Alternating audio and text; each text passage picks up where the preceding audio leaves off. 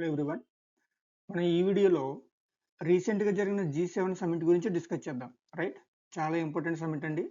ఎందుకంటే G7లో మన ఇండియా అనేది మెంబర్ కంట్రీ కాకపోయినా ఈ సమిట్కి మన ప్రైమ్ మినిస్టర్ నరేంద్ర మోడీ గారు చీఫ్ గెస్ట్గా అటెండ్ అయ్యారు. కాబట్టి ఈ పాయింట్ ఆఫ్ వ్యూలో మనకి G7 సమిట్ అనేది రాబోయే కాంపిటేటివ్ ఎగ్జామ్స్కి చాలా చాలా ఇంపార్టెంట్. సో దీని గురించి మనం బ్రీఫ్గా డిస్కస్ చేస్తే మనకి చాలా యూస్ఫుల్గా ఉంటుంది. ఓకే, ఈ టాపిక్లో first question, which country hosted 50th G7 Summit 2024? A Japan, B USA, C Italy, D Brazil. Okay, so మన ఆన్సర్ అనేది సి ఇటలీ. ఈ 50th G7 సమిట్ని ఇటలీ హోస్ట్ చేసింది. ఎప్పటి నుంచి ఎప్పటి వరకు జరిగిందంటే 13th నుంచి 15th June 2024 వరకు జరిగింది. వెన్యూస్ వచ్చేసి బార్గో, ఫెసానో, అలాగే అపులియా. ఈ అపులియా అనేది మెయిన్ వెన్యూ. ఇక్కడ జరిగిన ఎడిషన్ అనేది 50th one, right. So 49th one అనేది 2023లో జపాన్లోని హిరోషిమాలో జరిగింది. గుర్తుపెట్టుకోండి, 49th అనేది జపాన్లోని హిరోషిమాలో జరిగింది. ఓకే, ఇక్కడ G7 అంటే గ్రూప్ ఆఫ్ 7. దీన్ని 1975లో స్టార్ట్ చేశారు. దీని ఫస్ట్ సమిట్ అనేది ఫ్రాన్స్లో 1975లో జరిగింది. ఈ G7లో మనకి టోటల్ 7 కంట్రీస్ ఉంటాయి, అలాగే యూరోపియన్ యూనియన్ కూడా ఉంటుంది. ఈ G7లో ఉన్న కంట్రీస్ని గుర్తుపెట్టుకోవాలంటే ట్రిక్ అండి, అందరూ చెప్పేదే juice with GF. Okay, so ఇక్కడ జే అంటే Japan, U USA, I Italy, C Canada, E England, G Germany, F France. Okay, G7 కంట్రీస్ని మ్యాప్లో చూడాలంటే ఇది Japan, USA, Italy, Canada, England, ఇది జర్మనీ, ఇది ఫ్రాన్స్. ఇక్కడ గుర్తుపెట్టుకోవాల్సిన పాయింట్, మన ఏషియా నుంచి జపాన్ ఒకటే G7లో మెంబర్ కంట్రీగా ఉంది. మిగతావన్నీ కూడా యూరప్ నుంచి, అలాగే నార్త్ అమెరికా నుంచి ఉన్నాయి. ఓకే, మనం G7 యొక్క బ్యాక్గ్రౌండ్ చూస్తే 1970sలో ఇనిషియల్గా 6 మెంబర్స్తో G6 అనేది స్టార్ట్ అయింది. ఈ G6లో France, USA, UK, Germany, Japan, Italy members కింద ఉండేవి. 1976లో కెనడా అనేది 7th మెంబర్ కింద జాయిన్ అవడంతో ఈ G6 అనేది G7 కింద మారింది. అలాగే 1997లో రష్యా జాయిన్ అవడంతో ఈ G7 అనేది G8 కింద మారింది. ఓకే,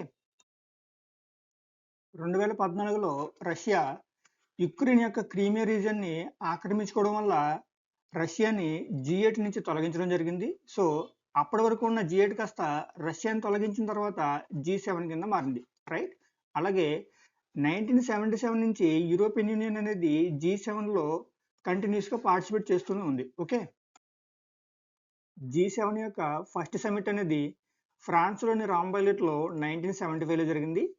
ఈ G7 సమిట్ అనేది annual summit, right. So every year G7లోని మెంబర్స్ కంట్రీస్ అన్నీ కూడా ఒకదాని తర్వాత ఒకటి ఈ రొటేషన్ పద్ధతిలో G7 సమిట్ని కండక్ట్ చేస్తూ ఉంటాయి. ఆ ఆర్డర్ ఏంటి అంటే, ముందు ఫ్రాన్స్ కండక్ట్ చేస్తుంది, తర్వాత యుఎస్, తర్వాత UK, then Germany, Japan, Italy, Canada. ఇప్పుడు జరిగిన సమిట్ని ఇటలీ కండక్ట్ చేసింది కాబట్టి తర్వాత జరగబోయే సమిట్ని కెనడా 2025లో కండక్ట్ చేయాలి. ఈ కెనడాలో జరిగే సమిట్ అనేది మనకి 51వ సమిట్. ఇప్పుడు జరిగింది 50వ సమిట్. మనకి లాస్ట్ వన్ అనేది జపాన్లోని హిరోషిమాలో మే 2023లో జరిగింది. ఇది 49th వన్. ఓకే, ఎగ్జామ్ పాయింట్లో చాలా ఇంపార్టెంట్ అండి. 49th వన్ అనేది జపాన్లో జరిగింది, అలాగే 50th వన్ అనేది ఇటలీలో జరిగింది. నెక్స్ట్ జరిగే 51వది మనకి కెనడాలో జరగాలి. సో ఇది ప్రజెంట్, ఇది ఫాస్ట్, ఇది ఫ్యూచర్. ఓకే, G7 సమిట్ యొక్క మెయిన్ అజెండా చూద్దాం. ఈ G7 సమిట్లో క్లైమేట్ చేంజ్ గురించి, అలాగే డెవలప్మెంట్ గురించి డిస్కస్ చేశారు. గాజా హమాస్ వార్ గురించి డిస్కస్ చేశారు. రష్యా యుక్రెయిన్ వార్ గురించి డిస్కస్ చేశారు. అలాగే మైగ్రేషన్ గురించి డిస్కస్ చేశారు. ఇండో పసిఫిక్ ఎకానమిక్ సెక్యూరిటీ గురించి డిస్కస్ చేశారు. అలాగే ఆర్టిఫిషియల్ ఇంటెలిజెన్స్, ఎనర్జీ గురించి కూడా డిస్కస్ చేశారు. ఓకే, ఇవి మనకి మెయిన్ ఎజెండా. ఈ G7 సమిట్లో G7లోని 7 కంట్రీస్, వీటితో పాటు యూరోపియన్ యూనియన్ కూడా పార్టిసిపేట్ చేస్తుంది. వీటితో పాటు ఈ సమిట్ని కండక్ట్ చేసిన ఇటలీ అనేది 12 దేశాల యొక్క లీడర్స్ని, అలాగే 5 ఇంటర్నేషనల్ ఆర్గనైజేషన్ యొక్క ప్రతినిధుల్ని ఈ సమిట్లో పార్టిసిపేట్ చేయమని ఇన్వైట్ చేసింది. ఓకే, సో వాడు ఎవరు ఇప్పుడు చూద్దాం. India prime minister Narendra Modi, Algeria president Abdul Majid, African Union chairperson Mohamed Khayad Ghazouani, Ukraine president Zelensky, Jordan king Abdullah II, Argentina president Javier Milei, Tunisia president Kais Saied, UAE president Mohamed bin Zayed, Kenya president William Ruto, Brazil president Lula da Silva, Turkey president Recep Tayyip, Vatican City Pope Francis. వీళ్ళు మనకి 12 దేశాల నుంచి ఈ సమిట్కి attend అయిన leaders.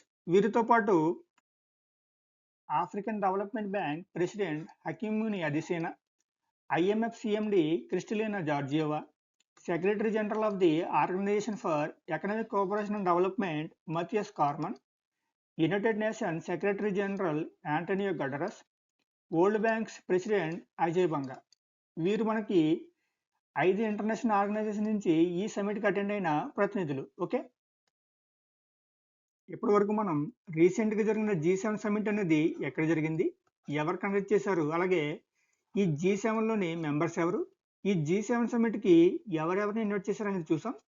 ఇప్పుడు మనం India at G7 summit చూద్దాం. Okay, రీసెంట్గా జరిగిన G7 సమిట్కి Italy prime minister Giorgia Meloni మన ప్రైమ్ మినిస్టర్ నరేంద్ర మోడీని స్పెషల్ గెస్ట్ కింద ఇన్వైట్ చేశారు. రైట్, ఈ G7 సమిట్లో మన ఇండియా 11 సార్లు పాల్గొంది. అలాగే మన ప్రైమ్ మినిస్టర్ నరేంద్ర మోడీ వరుసగా 5 సార్లు ఈ G7 సమిట్లో పాల్గొన్నారు. ఓకే, G7 సమిట్కి మన భారతదేశం నుంచి ఇన్వైట్ చేయబడిన మొదటి ప్రైమ్ మినిస్టర్ అటల్ బిహారీ వాజ్పేయి గారు.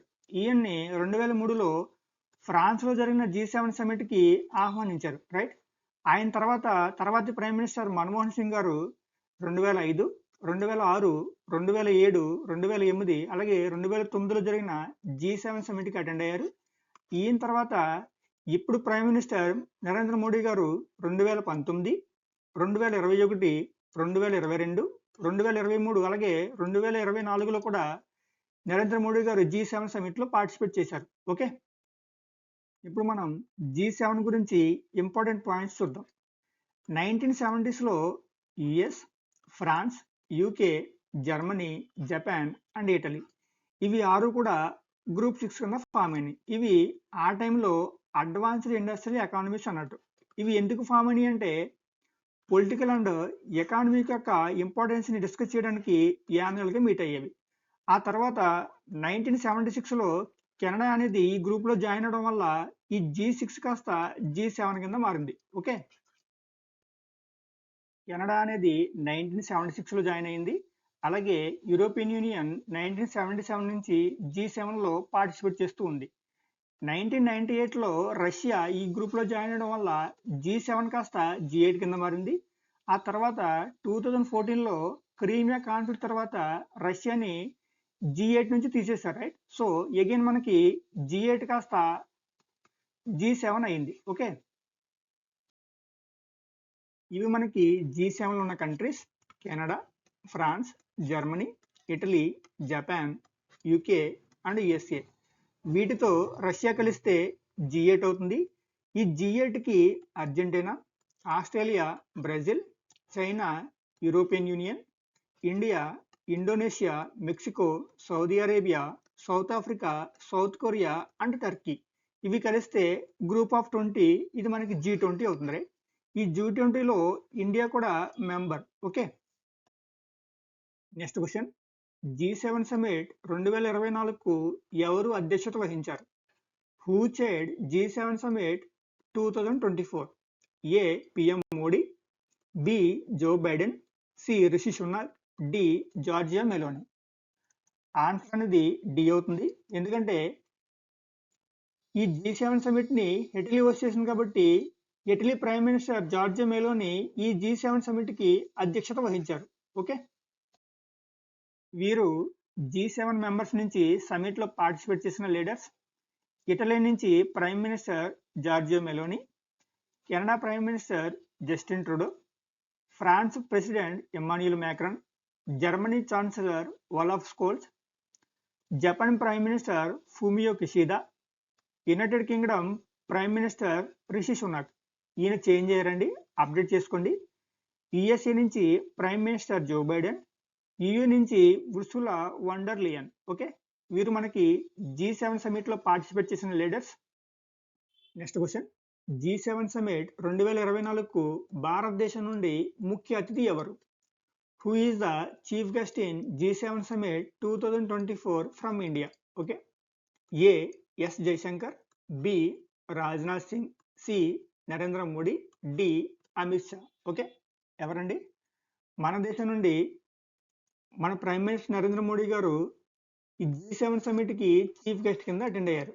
ఈయన రీసెంట్గా జరిగిన ఎలక్షన్లో 3వసారి ప్రైమ్ మినిస్టర్ కింద ఎన్నికైన తర్వాత చేసిన ఫస్ట్ ఫారెన్ విజిట్. గుర్తుపెట్టుకోండి, ఎగ్జామ్లో అడిగే ఛాన్స్ ఉంది. ఏమని అడుగుతారంటే, 3వసారి ప్రధానమంత్రి కింద ఎన్నికైన తర్వాత ప్రధాని నరేంద్ర మోడీ గారు ఏ దేశాన్ని విజిట్ చేశారని అడుగుతారు. ఓకే, ఏ దేశాన్ని విజిట్ చేశారు? ఇటలీ. ఓకే, ఇప్పుడు మనం G7 సమిట్ యొక్క కీ అవుట్కమ్స్ ఏంటో చూద్దాం. G7 Apulia food system initiative, AFSI, దీన్ని గ్లోబల్ ఫుడ్ సెక్యూరిటీ కోసం లాంచ్ చేశారు. Next one, partnership for global infrastructure investment, దీన్ని ఇన్ఫ్రాస్ట్రక్చర్ యొక్క డెవలప్మెంట్ గురించి లాంచ్ చేశారు. దీన్ని ఇంప్లిమెంట్ చేయడానికి 2027 నాటికి $600 బిలియన్ సమకూర్చాలని ప్రతిపాదించారు. ఓకే, సో ఇవి మనకి G7 గురించి ఇంపార్టెంట్ పాయింట్స్. Thank you.